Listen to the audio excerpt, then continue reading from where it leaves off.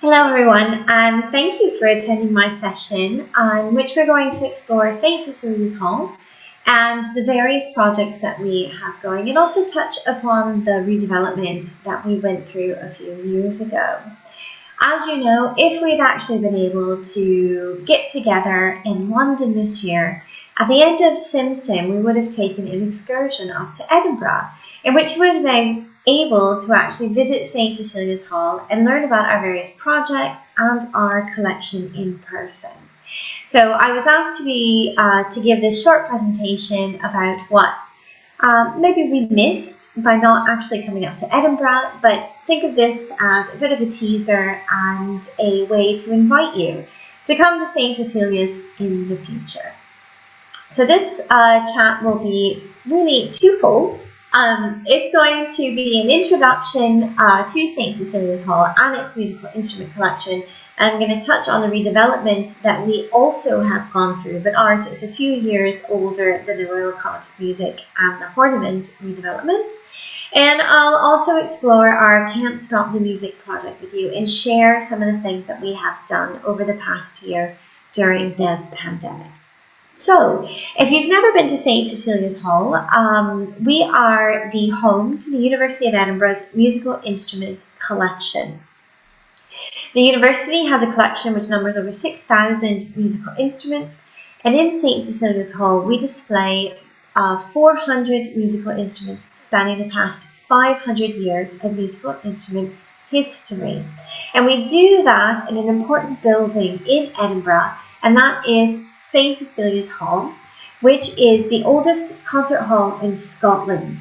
And St. Cecilia's Hall was opened in 1763, but it traces its history back to the 1720s because it was built by a group of musicians who were called the Edinburgh Musical Society.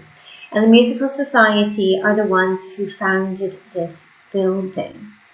Now, St. Cecilia's Hall was an important location for music within Edinburgh, and if you're wondering where the name comes from, it's not a religious connotation.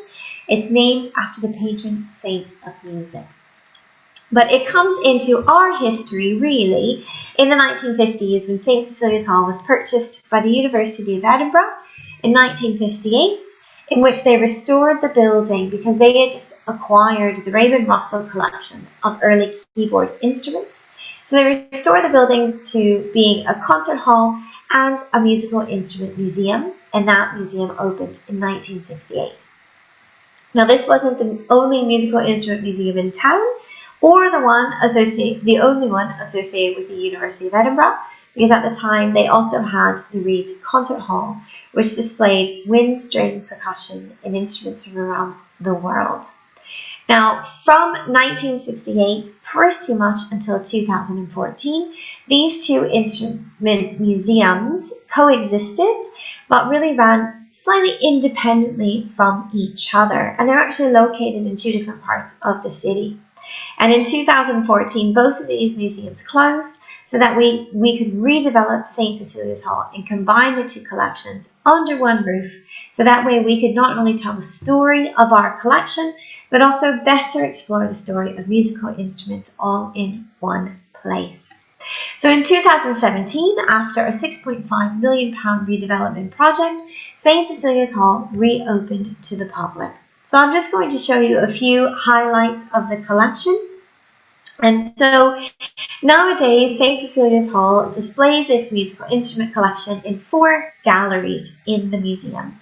2 of these galleries are dedicated to our historic keyboard collection. An important thing about St. Cecilia's Hall is that we are a playing collection.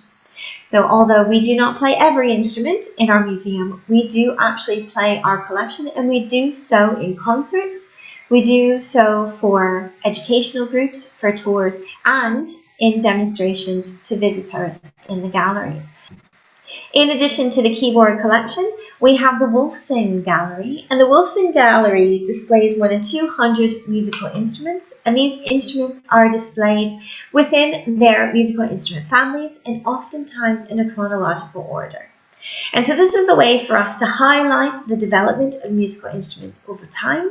It's a way for us to explore how these changes in musical instruments have impacted music as we compose and hear and play it, and a way for our students at the University of Edinburgh to get a better understanding of all of the different factors that go in to the development of music and musical instruments. In addition to our keyboard instruments and the Wolfson Gallery, we also have the Laigh Hall, and this is really divided into two different sections. So in the first section, we display our instruments in ensembles.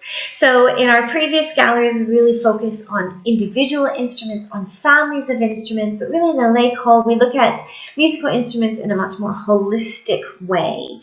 So in the first part of the Laigh Hall, we examine how instruments are played together, and so we have three different ensembles on display. We have our Renaissance band, an 18th century orchestra, which of course would have been the instruments that played at St. Cecilia's Hall when it opened in 1763, and also a really wonderful example of a jazz band from the 1920s, which again harkens back to the history of our building, because St. Cecilia's Hall was a dance hall in the 1930s and the 1940s. And the second portion of the Laigh Hall is the education room. And in the education room, we display instruments from around the world within their cultural context and their socio-uses. So we explore instruments, how they are played in various types of music around the world. So our displays focus on style of music rather than a geographical location or an organological division. And we really explore how musical instruments all around the world are all used for the same purpose. And although they may look different, our differences really just highlight the similarities when it comes to music and performing music. Another important part of our museum and our design of the redeveloped St. Cecilia's Hall is to open up some of the behind-the-scenes features that happen in every museum, and one of those is our conservation studio.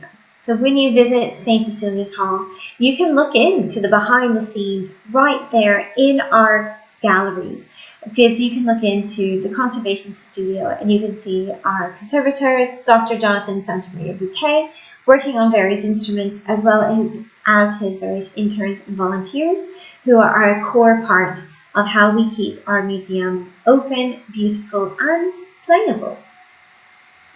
Now, I want to jump ahead and think about the core part of St. Cecilia's Hall, which is actually our concert room. So in the center of our building is our historic concert room, and not only is it the center of our building, but it also in a way is the center of the activities that happen at St. Cecilia's. So of course we have tours, we have education groups, we have all kinds of outreach groups that happen, but we are also a concert room. And during the pandemic, of course, this was such a difficult thing for us because we were not able to run the extensive concert program that we run throughout the year. And so we were able to secure funding to be able to do a project which we titled Can't Stop the Music. And this project was a way for us to be able to record musical instruments being played at St. Cecilia's, to provide concerts to people at home, and to be able to expand our offer not only in an outreach sense to potential audiences, but also to local musicians within Scotland. So the Can't Stop the Music project was funded by Museums Galleries Scotland, which is our local governing body, and we received a grant of £25,000 to proceed with this project. The purpose of this project was threefold. It was to develop remote and on-site engagement with our musical instrument collection. And this was done through filmed tours and performances. It was also to develop relationships with musicians specifically local to our area. Of course, because of the pandemic, we couldn't bring in the usual musicians we work with at St. Cecilia's Hall, which is musicians all across Europe and the US that come to St. Cecilia's to do concerts. And of course, because of travel restrictions, we weren't able to do that. So we took this challenge actually as an opportunity for us to reach out to the local community and to be able to meet musicians within the Edinburgh area and slightly larger. We reached out to, I think, Glasgow and Perthshire, were the furthest away our musicians travelled to come to St. Cecilia's Hall. And it was a way for us also to reach different communities that we had not engaged with in the past. Because part of our project was to be able to highlight musical instruments that really we hadn't dialogued with within our collection. So thinking about musical instruments from various cultures that we didn't really have the connections with musicians to be able to perform those instruments at St. Cecilia's Hall. So this is a great opportunity for us to reach out to those communities, to find these musicians and to make these ties to community members who might not have interacted with St. Cecilia's Hall in the past. And another, of course, important part of this project was to record the sounds of our collection.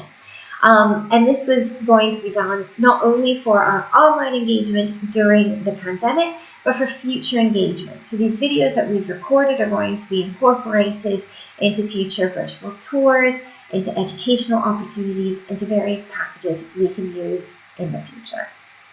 So the final output of this project is that we created 15 didactic videos. So these are videos created by Jonathan Santamaria, Jenny Nex, and myself, so the curatorial team, discussing a wide range of topics. There are 6 short concerts, and these concerts were filmed really to replace our typical August concert series. And there are 25 musical instrument demonstration videos and interviews with the musicians. And the interviews are an important part of this project because we wanted to get a sense of how the musician reacted to playing a historic instrument, to the importance of this instrument within their cultural heritage, and a way to connect the museum object to the living tradition. The timeline of this project was that it started in January 2021, and to be honest, it's still running because we haven't finished it yet. So I'll just share a couple of things from the project with you before I finish this presentation. So the didactic videos, as I said before, there are 15 didactic videos, and as you can see, they run a wide range of topics. As a team, we met and we discussed which types of subjects we'd like to cover, what are the things that we think as curators people will be interested in. And we kind of came up with 3 different categories. So we had behind the scenes videos, so looking into how we tune musical instruments, how we collect musical instruments, the history of our museum itself. So we have videos on how we came to be, the history of our building, and then specific videos about the instruments themselves and how they developed over time, or why certain instruments are more popular than the others. For example, why the piano became a popular instrument. So as an example, I'm going to show you one of the behind the scenes videos. This is a video on conservation. And at the moment, so all of these videos have been premiered on YouTube, and this is our most popular didactic video.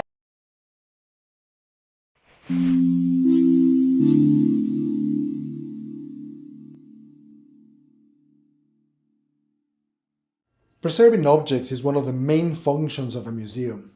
In the case of the musical instrument collection of the University of Edinburgh, that is mainly the responsibility of the conservator, me. We maintain the instruments under ideal environmental conditions, both whilst they're on display and in storage. Musical instruments present very particular challenges for their conservation. They're usually mixed media objects, which means the conservator needs to know about many different materials and conservation techniques. John Coster, a respected colleague conservator, once said, "The musical instrument conservator needs to know everything about everything." Obviously, that's impossible, but I do try to keep myself constantly learning. It is also my duty to make sure I know my limits, and to approach other specialists for advice to carry out treatments that are out of my expertise. Another challenge is their nature as functional objects. Contrary to most museum objects, Musical instruments are what we consider dynamic objects. That means we often maintain their functionality to fulfill their primary function, to produce sound. In addition to our didactic videos, we produce 6 concert videos. And these concert videos were premiered in the times that we would usually premiere videos during the Edinburgh Fringe Festival. So Edinburgh Fringe is the largest art festival in the world, and it happens in August. And it's usually our busiest time. And so this year was quite strange because although the Fringe happened, it was still decided that we weren't actually going to host live concerts within our building. So instead, we recorded these concerts and put them out onto YouTube during the times that we would traditionally have our concerts premiering. So what I've done is I've created a compilation video of our 6 concerts. As I said before, each one of these concerts individually is 20 minutes long. And these concerts really do explore a wide variety of music. We have a Georgian trio performing, which includes harpsichord, viola da gamba, and a recorder. And those are using instruments from our collection. We also highlight some African instruments, so the kora. Now in this instance, if an instrument that we had in our collection wasn't playable, the musician brought their own, but we would actually display the instrument which inspired the concert on the stage. We have a shakuhachi performance, we have a 19th century brass quartet, we have an Indian performance, which was a really wonderful example of some outreach that we did where we contacted the local Sikh community, and the Sikh community was able to help us find musicians to be inspired by our Mayuri, so our Taus Veena, and then they created an ensemble around it. And then also we have our 1920s jazz band as kind of the highlight at the end. So I hope you enjoy the highlights of these concerts.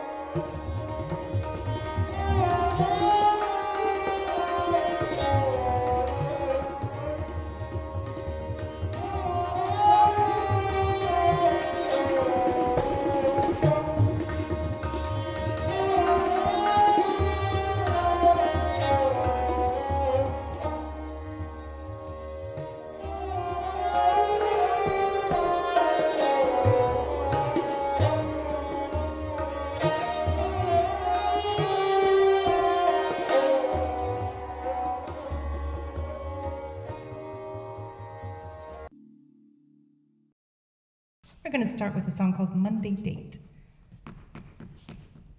1, 2, 1, 2, 3, 4.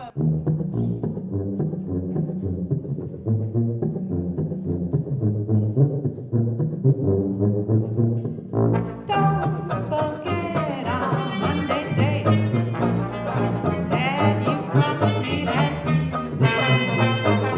Don't forget and don't you dare be late. I'll be waiting for you, dear. I'm gonna steal my dress, polish my shoes, start scraping the newspaper, gonna lose us the blues. Don't forget on Monday date. I'll be waiting for you, dear. So those are two of the three aspects of the project thus far. The third aspect is the demonstration videos, and as I said, our project is ongoing, so those are coming soon. So the didactic videos and the concerts were all premiered in August, and the demonstration videos will all be released coming up in September. So we're just finishing the editing of that and the organizing of how we're going to release those 25 videos. Just as a cap to this story, St. Cecilia's Hall didn't have a YouTube station before we started, before the lockdown. And that was one of the initiatives that we put out, and talking about engaging with the public and various means of engaging with the public. Of course, not everything should be internet driven, but as a medium for getting out information, we have found this to be a fantastic way to get people to interact with our collections. And although it might seem small compared to other museums, we started our YouTube channel at the start of the pandemic, and then just with this project in itself, over the past 3 weeks, we've had over 3,000 views of our videos. So this is huge for us. So it means that we're able to get out information about our collection, sound clips of our instruments, and we're just looking forward to expanding upon this, but also to be able to invite the public back to St. Cecilia's Hall, where they can appreciate and enjoy this musical instrument, history, cultural heritage in real life. So thank you very much for your attention. And if there's any questions, if there's any time left, I'm very happy to answer them.